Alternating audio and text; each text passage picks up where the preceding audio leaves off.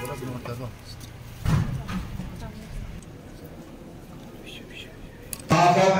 of Hospitalization AHA India इनके president principal medical colleges हमारी next कोई भी ट्रेनिंग में वहाँ पे और ये मुबारक की बात है बने हैं सेकंड टेंडर लेना पूरे देश में। अकेडमी ऑफ हॉस्पिटल एडमिनिस्ट्रेशन को सबसे पहले तो मुबारकबाद, हमारे जीएमसी बारामूला को मुबारकबाद कि जो ट्रेनिंग का एस्पेक्ट है इन्होंने बहुत सीरियसली लिया और आज ये जो 16वीं आपके साथ ये ट्रेनिंग हो रही है, so it's a great thing, क्योंकि ट्रेनिंग एक ऐसा टॉपिक है जो मुझे लगता है ये हमेशा जो है प्राइम इम्पोर्टेंस इसको देनी चाहिए। और जो मैं आपके टॉपिक्स यहाँ देख रही थी और आज आपने अपनी प्रेजेंटेशन में भी बताया, तो ये बहुत ही इम्पोर्टेंट टॉपिक्स हैं जिसकी आज मुझे लगता है जो स्किल्स और नॉलेज सेट हमारे डॉक्टर्स या नर्सिंग स्टाफ जो हमारे हेल्थ इंफ्रास्ट्रक्चर में और हेल्थ रिसोर्सेज में हम यूटिलाइज करते हैं, उसमें सबसे इम्पॉर्टेंट एस्पेक्ट मुझे लगता है वो ट्रेनिंग का है। एंड इसमें भी जो एक सॉफ्ट एस्पेक्ट है, how to deal with patients, how to deal with stress, because हमारे जो डॉक्टर्स हैं, I being a doctor my self, मुझे लगता है डॉक्टर्स, नर्सेज, हमारा सारा स्टाफ जो भी हॉस्पिटल में काम करता है, चाहे वो एक रिमोट पीएचसी हो, चाहे वो सीएचसीज हों, चाहे वो टर्शरी सेंटर हो जैसे जीएमसी है, तो हमेशा एक बहुत हाई लेवल ऑफ स्ट्रेस रहता है। स्ट्रेस इसी बात का नहीं है कि हमने पेशेंट को ठीक करना है, स्ट्रेस इस बात का भी रहता है कि अगर कोई बोनाफाइड गलती भी हो गई या कोई किसी भी वजह से पेशेंट को प्रॉपर ट्रीटमेंट नहीं मिली या उसके साथ कोई भी अनहोनी खुदा ना खास्ता ऐसी इशू हो गया, तो doctor as a stake holder, hospital as a stake holder एक ऐसी पोजीशन में आ जाता है जहां पर आपको डिफेंड करना पड़ता है। और ये एक मुझे लगता है साइकी जो हमारे डॉक्टर्स या नर्सिंग स्टाफ में रहती है, उसकी वजह से भी काफ़ी लोग जो हैं अंडर लॉट ऑफ स्ट्रेस रहते हैं। स्ट्रेस को डील करने का एक ही तरीका है, प्रेपरेशन। और जो ट्रेनिंग्स हैं वो एक तरह की प्रेपरेशन है कि जब आपके पास ऐसा स्ट्रेस आए, चाहे वो डिजास्टर का स्ट्रेस हो, कोविड एक बहुत बड़ा स्ट्रेसर था और उसमें जो फ्रंट लाइन वॉरियर्स थे वो आप लोग ही थे, डॉक्टर्स, नर्सेस, सारा स्टाफ था। तो मुझे लगता है कि मतलब उस जैसी तो कोई और एग्जाम्पल ही नहीं है। You were all super heroes for us. And आपने उस जैसे मुश्किल वक्त में जहाँ पे हर एक इंसान पहले अपना सोचता है, आपने पेशेंट का सोचा, आप हॉस्पिटल्स आए, आप वार्ड्स में गए, आपने जो भी professional in the line of professional duty काम करना था वो आपने किया। तो मुझे लगता है वो out of fear of God and your value system, वो एक चीज़ हम सारे अप्रिशिएट करते हैं। As an administrator, as a human being, I appreciate आपने जैसा काम किया। लेकिन इसी की तरह के बहुत सी ऐसी चीज़ें होती हैं जो शायद इतने हाई वैल्यू या इतने बड़े शॉक्स नहीं दें, लेकिन एक छोटे लेवल पे, जैसे रजिस्ट्रेशन काउंटर पे बहुत सारा रश है, या अगर ओपीडी में बहुत रश है, या कुछ ऐसे इश्यूज हो जाते हैं जहाँ पर आपको प्रायोरिटाइज करना पड़ता है कि इसको देखें या उसको देखें। तो ये सारे जो स्ट्रेसर्स हैं ये आम जिंदगी में और हर दिन रूटीन में आप फेस करते हैं।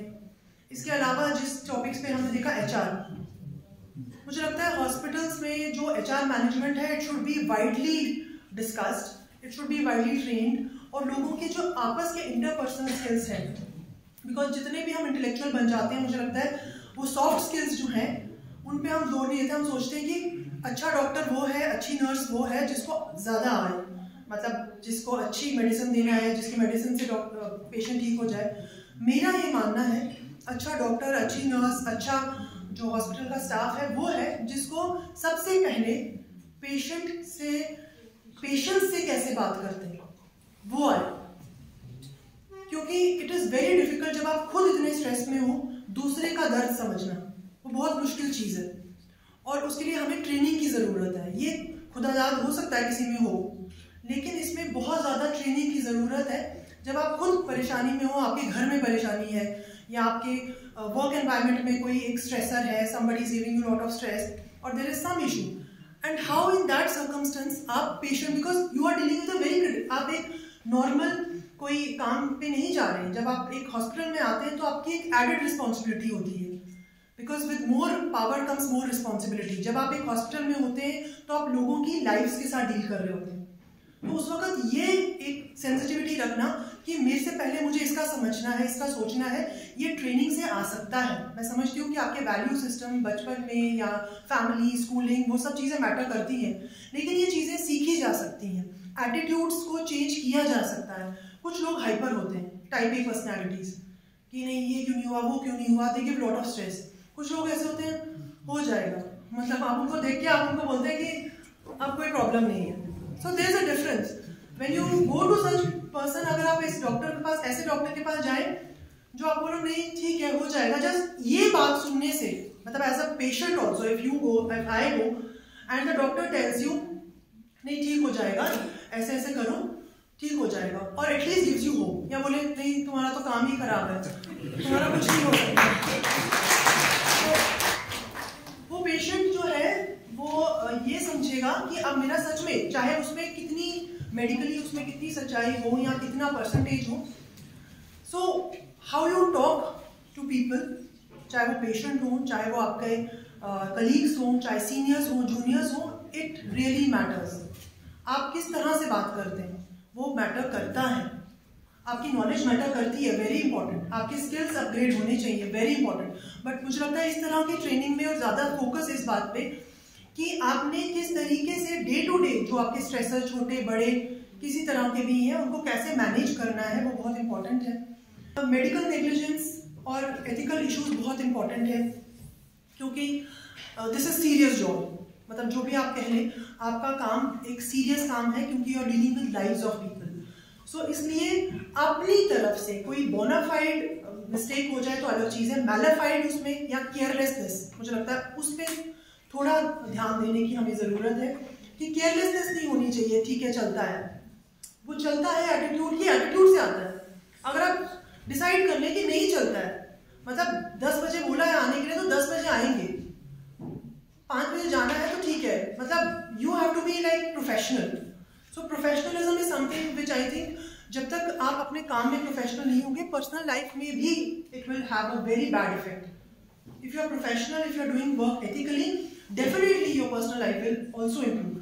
मुबारकबाद आप सबको दोबारा देना चाहूँगी कि आपने ये यहाँ ऑर्गेनाइज किया। ऐसे ही बहुत सारे प्रोग्राम्स जो हमारे ऑलरेडी वर्क कर रहे हैं, डिफरेंट पोजीशंस पे हैं, फार फ्लंग एरियाज में है, उनके लिए भी होना चाहिए। मैं सीएमओ साहब से भी कहूँगी कि जो ऑन जॉब उनको एक्सपीरियंस हुआ है वो एक दूसरे से शेयर कर सकते हैं कि किसको कोई कहीं दूसरी पोजीशंस पे था, जैसे हमने ड्रग डी एडिक्शन पे, I am so passionate about it कि this is something which we really need to do and we really need to innovate. We need to bring new ideas from people जिन्होंने इस पे काम किया है या जो इसके बारे में पैशनेटली सोचते हैं। अगर आप किसी चीज के बारे में दिल से सोचेंगे आपको आइडियाज आएंगे, ये हो ही नहीं सकता आपको आइडियाज ना आए। So I really believe when you talk to each other, if you have an idea and I have an idea, we exchange that idea, we both will have 2 ideas. So I believe कि इस तरह की conversations, it should not be one way. आप एक दूसरे से share कीजिए, सीखिए एक दूसरे से एंड उसको यूज कीजिए लोगों की बेहतरी के लिए। मतलब I think that is the purpose. Government service का मतलब ही ये होता है कि हमें लोगों की इम्प्रूवमेंट कैसे करनी है। अपना तो हो ही जाएगा, इंशाल्लाह होगा as a by product, but अब हमें ये सोच के चलना है कि whatever we do we need to improve the standard. जो हमारे पास पेशेंट आए, हमने अपना स्टैंडर्ड जो है वो इम्प्रूव करना है, चाहे वो 1% हो, पर ईयर 1% इम्प्रूव कीजिए, but improve your skills. Thank you so much.